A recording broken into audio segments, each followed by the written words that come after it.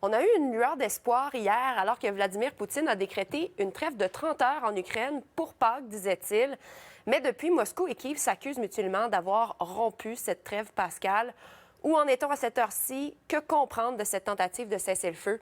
Dominique Harel, titulaire de la chaire d'études ukrainiennes à l'Université d'Ottawa, est avec nous pour y voir plus clair. Bonjour, Monsieur Harel. Bonjour. Donc, le président ukrainien Volodymyr Zelensky affirme qu'il y a eu des dizaines d'assauts russes depuis hier. Le Kremlin affirme que l'Ukraine a lancé des centaines d'attaques de drones. C'est difficile de voir qui dit vrai, mais visiblement, ce cessez-le-feu est un échec. Écoutez, c'était totalement prévisible, malheureusement. Vous savez, la guerre, à grande échelle, c'est 3 ans et quelques mois, là, depuis février 2022, mais la guerre à l'Est, c'est depuis 2014. Et il y avait eu une trentaine de cessez-le-feu qui ont tous été violés. Donc, peut-être que ça a été un peu moins d'intensité dans les attaques là, depuis 30 heures. Pas à Kherson, mais pas sur le front de l'Est, peut-être à Kiev.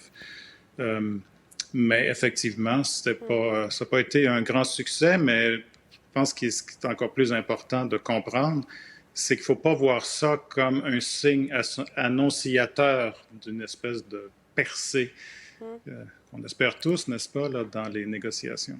Oui, bien, on se demande s'il n'allait pas la respecter, cette trêve. Pourquoi Vladimir Poutine a décidé de faire cette annonce à la toute dernière minute, selon vous? Ça a créé la surprise quand même. Bien, il semble que la stratégie de la Russie, c'est d'essayer de démontrer que la Russie est vraiment pour la paix. C'est les Ukrainiens qui mettent des obstacles, qui ne sont pas vraiment intéressés à une paix négociée. La réalité, là, si on regarde factuellement, là, depuis près de 6 semaines, il y avait eu cette rencontre entre les négociations en Arabie saoudite entre les Ukrainiens et l'administration Trump. Et ce qui avait été annoncé à l'époque, c'est que l'Ukraine acceptait la proposition américaine d'un cessez-le-feu, pas de 30 heures, là, mais de 30 jours, inconditionnel.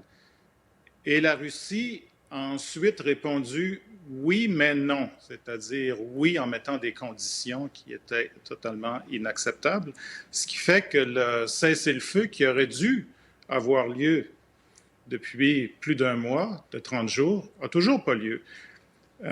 Et la responsabilité, en incombe à la Russie, même si le problème, c'est que la partie américaine se refuse de critiquer publiquement la Russie, alors qu'elle le fait assez régulièrement, Trump, envers l'Ukraine.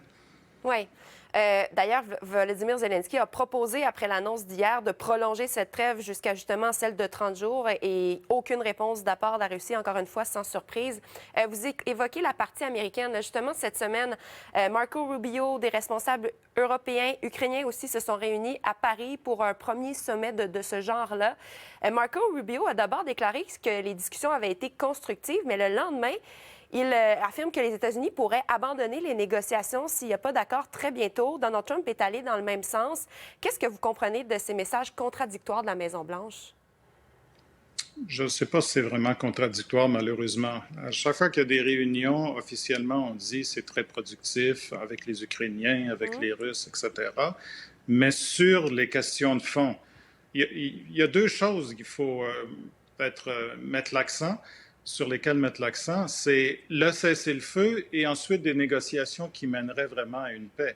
Cessez-le-feu, c'est une première étape. On n'est même pas capable d'en arriver à un cessez-le-feu, mais là, on parlait de 30 heures, là, de 30 jours.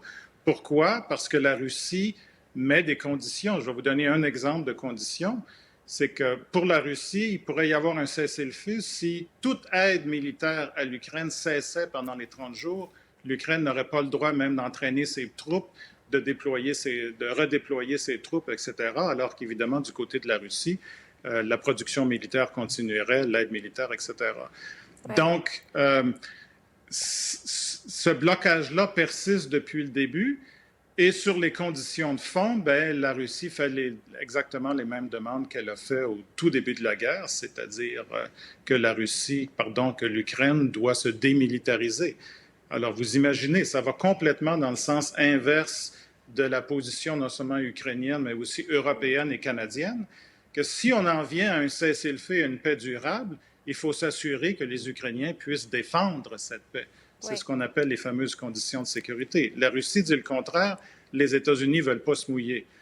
Donc, il faudrait malheureusement, la tendance semble être que les États-Unis vont nous annoncer qu'ils se retirent complètement Oui. du conflit. Qui refuse de donner des garanties de sécurité. Et on sent qu'il y aura un accord sur les minéraux critiques cette semaine, mais probablement que ça ne changerait pas vraiment la donne. C'est tout le temps qu'on a. Mais on aura certainement l'occasion de s'en reparler. Dominique Harel de la chaire d'études ukrainiennes à l'Université d'Ottawa. Merci beaucoup pour votre éclairage. Merci, bonne journée. Bonne journée.